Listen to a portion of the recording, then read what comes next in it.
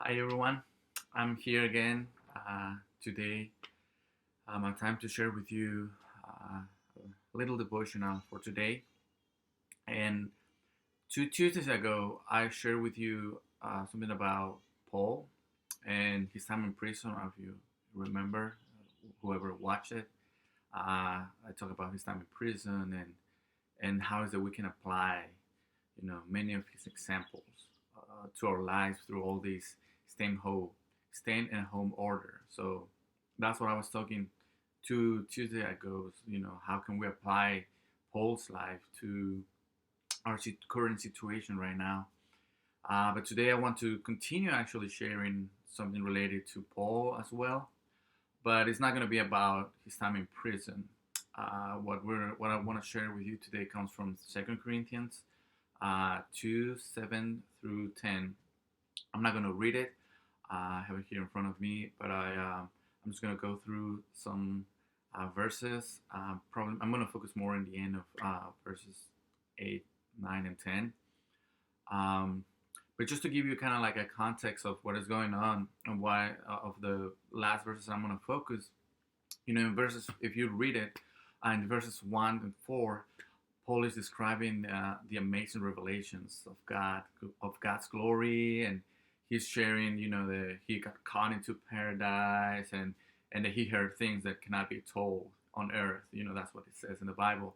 That's what he's, telling the Corinthians. And he experienced all these amazing things, and that's why if we go to verse 7, I'm going to read it for you. That's why he says it in verse 7, in the second part of verse 7. Therefore, in order to keep me from becoming conceited, I was given a thorn in my flesh.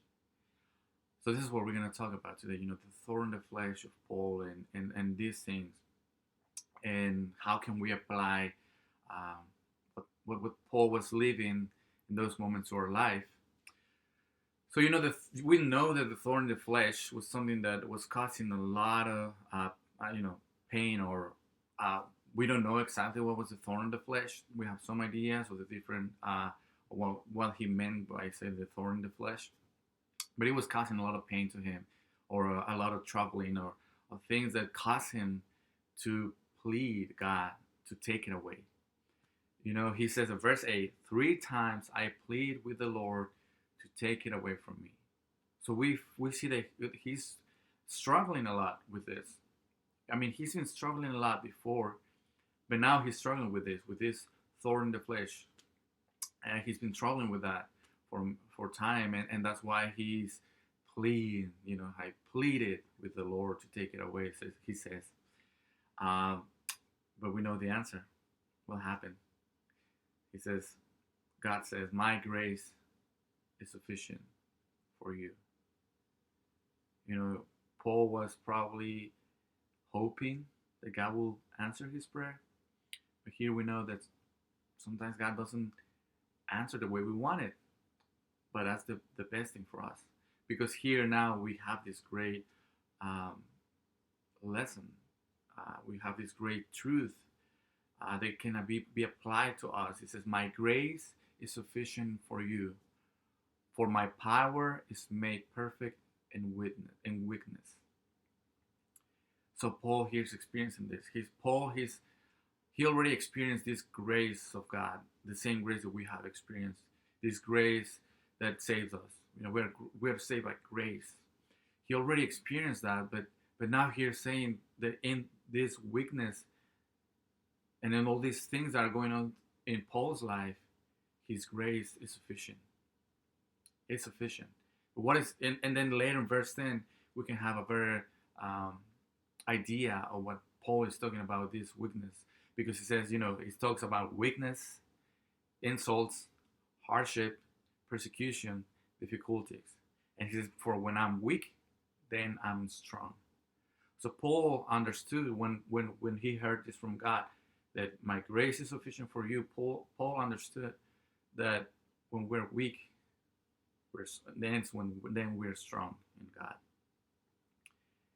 Because by the grace of God in these moments of the way he said in verse 10, insults, hardships, and persecutions, difficulties, the grace of God is sufficient for us. The grace of God is sufficient, and is the one who gives us the strength and they give us what we need to endure this. And this is the reason why Paul says in verse 10, I'm going to read it completely now. That is why, for Christ's sake, I delight. Paul is saying that he delights in the weaknesses, in insults, in hardships, in persecutions, and in difficulties. He delights in these things. And this is why, so, it is not, this is not something that we normally hear in the world, right? Who's going to be saying, like, who you hear in the world saying, like, oh yeah, I delight in weaknesses. Either like, no, we don't want that. We don't like to be insulted. We don't like to go through difficulties, hardships.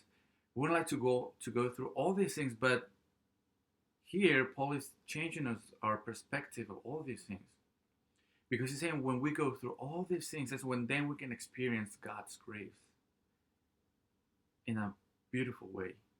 They help us. They give us the strength. They give us what we need to be joyful and to have the strength. And I'm just thinking about, what is our battle right now? What are the things that are making you worry, that are making me worry? How are we dealing with this COVID-19 situation? That's when I see all these things, when I think about all these things, do I want to stop them? Do I just want to say, why all these things are going on right now in my life? Or am I going to see it the way Paul is seeing it? So God might not get rid of the hardships that we're going on right now. You know what else these things going on. I know the things that are going on in my life. You know better than no one. But God might not get rid of those hardships. We don't know how long it's gonna be. We're gonna be in this stay-at-home order. Could be in 2 weeks, probably not. We don't know. We don't know what's gonna happen. But even in those problems or whatever we're going, he might not get rid of it. He might take longer. God might take longer to get rid of it. The problems, the weaknesses that are happening in our life right now, or in our lives. But here's the point: if we humble ourselves, if we change our perspective of the way that we see these weaknesses, hardships, troubles, persecution, whatever is going on right now, if we change that and we humble ourselves and recognize that we need our Lord, that He is sufficient, that His grace is sufficient. In this grace, in that grace that He's offering to us, He will give us the strength to endure whatever is going on in our lives right now. Whatever battle that we're fighting, remember those words. God's grace is sufficient. His grace is sufficient for us in these moments of hardship, difficulties, and problems. Whatever is going on, remember those words. God's grace is sufficient for us. He's the one who's going to give us the joy, and He's the one who's going to help us to have that mindset, to see it as a delightment, as something that I'm going to delight in this troubling and these weaknesses and these hardships. Because Paul said it, when we are weak, when we are going through all these things, then we are strong.